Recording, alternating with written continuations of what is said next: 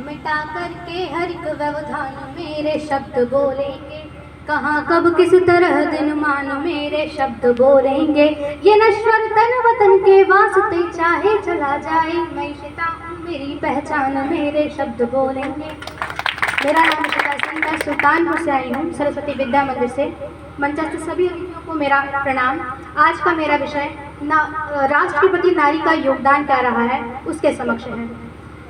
फागुन के 1670 की बात है, जब एक माँ प्रातः उठ करके अपने बेटे को उठाती है और एक पहाड़ी के पास ले जाती है जिस पर एक इस्लामिक झंडा लहरा रहा होता है। माँ कहती है कि बेटे मैं तुझे चंद दिनों की मोहलत देती हूँ, तुझे इस पहाड़ी पर अपना भगवा तिरंगा फहराना है। कैसे कोई भूल सकता है माता जीजाबाई की उस शिक्षा दीक्षा को जिसने हमारे राष्ट्र को एक सच्चा देश प्रेमी और कुशल योद्धा दिया था।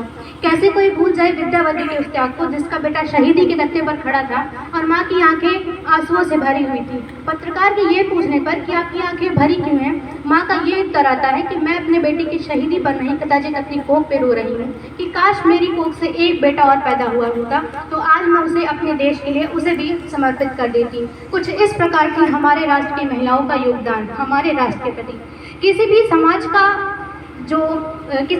का कोई भी समाज उस समाज की स्थिति के नारी की स्थिति पर निर्भर करता है। अगर उस समाज की नारी की स्थिति सुदृढ़ एवं सम्मानजनक है तो निश्चय ही वो समाज भी सुदृढ़ एवं सम्मानजनक होगा। 80% से ज़्यादा तथाकथित विद्वान गौतम भारत को बौद्धोत्तर कालीन से ही समझते एवं पहचानते हैं, मतलब भारत का मूल्यांकन बौद्धोत्तर कालीन भारत से ही करते हैं।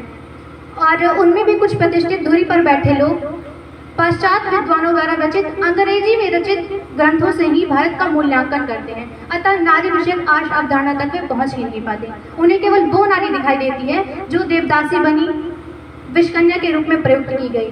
नारी के इन संकीर्ण रूपों को हम मना तो नहीं कर सकते, इनकार नहीं कर सकती हैं, लेकिन ये हमें जानना जरूरी होगा कि वो नारी के संकटकालीन रूप के शाश्वत रूप नहीं। इस्लाम, जरक, मालिक कपूर, अलाउद्दीन जैसे आताताइयों ने मनुष्यता की परिभाषा को ही झुठला दिया और उस मनुष्यता विहीन वातावरण में नारियों के साथ अपरिमित अत्याचार किए।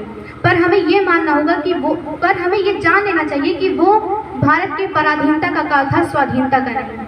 अगर हम भारत के संग्राम काल को देखें तो उससे ये साफ सिद्ध होता है कि नारियां प्रेम की पुकार को विद्रोह की हुंकार में तब्दील कर अपने राष्ट्र के लिए अपना सर्वस्व त्याग सकती हैं। इतिहास से साक्षी है कि जब जब महिलाओं को हमारे राष्ट्र ने, हमारे समाज ने अधिकार एवं अवसर दिया है, तब तक हमारे राष्ट्र की महिलाओं ने विश्व के प्रति एक उत्तम उदाहरण ही प्रस्तुत किए हैं और अपनी कर्तव्यपरायणता से नारियों ने देश के सेवा के लिए, देश के निर्माण और देश के उत्थान के लिए बहुत कार्य किए हुए हैं और कर भी रहे हैं। इससे यह साफ सिद्ध होता है कि आज हमारा राष्ट्र उन्नति की ओर पुरुषों के कंधों के सहारे नहीं अपितु उनके हाथों के ही सहारे उन्नति की ओर बढ़ रहा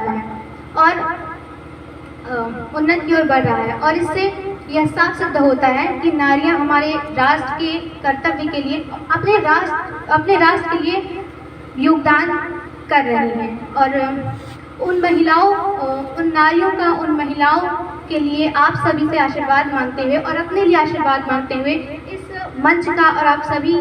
मंच का आभार व्यक्त करते हुए अंतिम में एक पंक्ति कहना चाहूँगी कि धन द्रव्य संपदा मैं नहीं मांग रही हूँ, धन द्रव्य संपदा मैं नहीं मांग रही हूँ, जो मांग रही हूँ वो सही मांग रही हूँ।